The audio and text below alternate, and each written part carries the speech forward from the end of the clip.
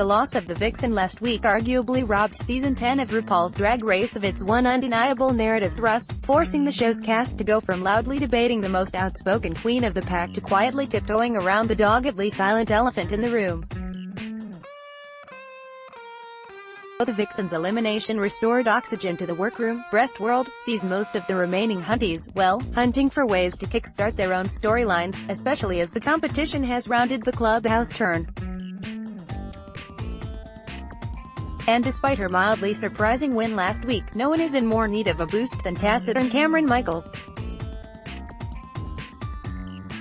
Perhaps already sensing that this week's episode would turn into a referendum on Cameron's ability to go as far as similarly snoozy thirst trap Pearl did 3 years ago, and figuring now would be a good time to establish a visual motif to accompany the show's pivot toward the muscle queen, RuPaul brings out an army of underwear models for the "Give 'em what they want" mini-challenge.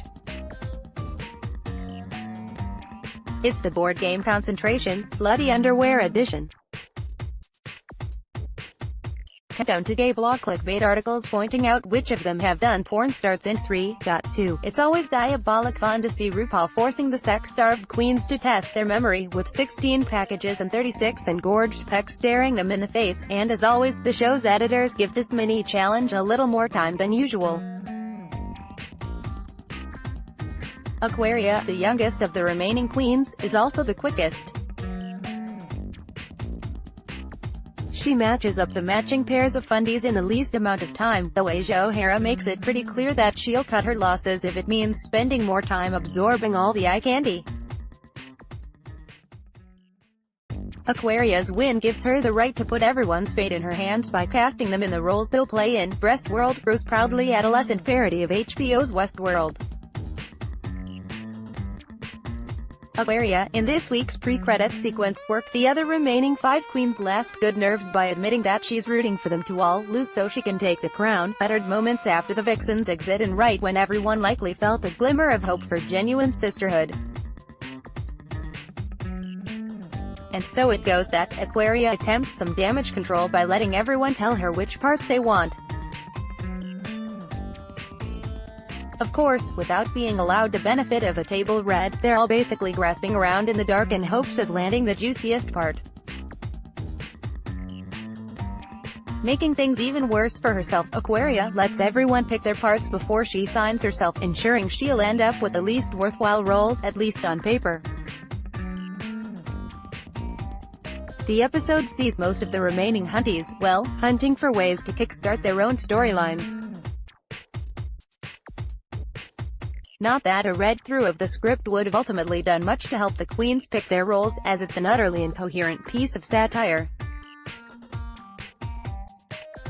Cameron and Monet exchange your pleasure-seeking tourists being greeted at a largely cybernetic Hamburger Mary's branded resort by concierge Ms. Cracker. Eureka and Aquaria are Breastworld hospitality staffers, always on the verge of malfunction as they call bingo and deliver stuffed cocks, as in chickens, to guests. And in the last few minutes of the skit, Asia shows up as Parasoline, a moral crusader and, judging by the spoonerized name, failed vice presidential candidate.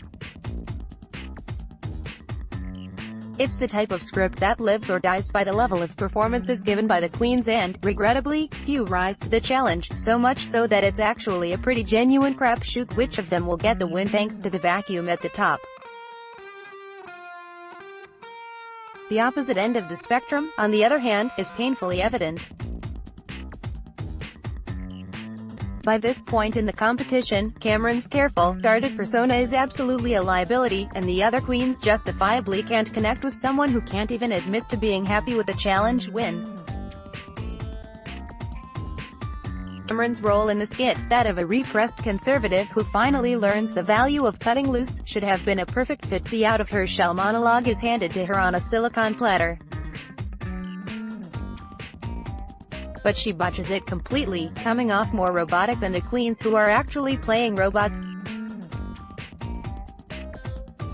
If the Vixen's hyper-awareness of how Drag Race's producers could choose to portray her turned into her downfall, Cameron is clearly the opposite side of the coin. One of them burned, the other froze over.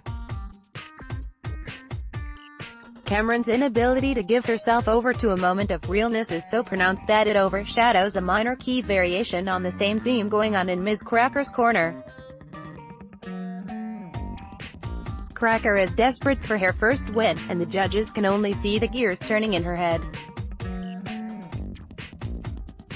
Monette, in contrast, succeeds by giving the judges her unapologetic personality, wars and all, at precisely the point in the competition where star quality is the most important thing.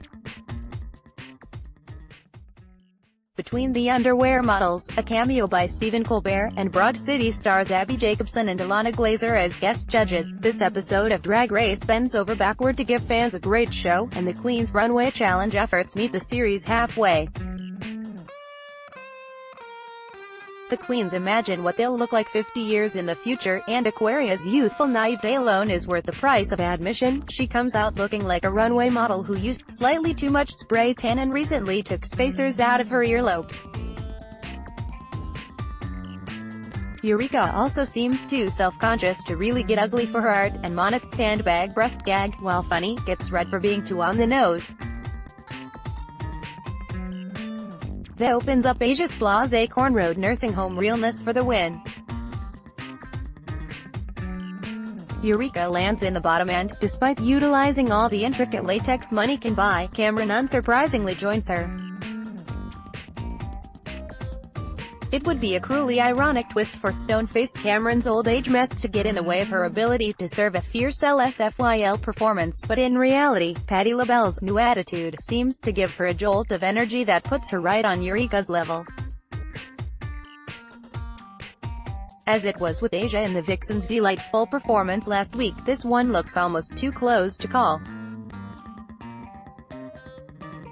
The fact that the judges, while deliberating, admitted that they read Eureka a little harder than the others because of how much they know she didn't live up to her potential proves critical.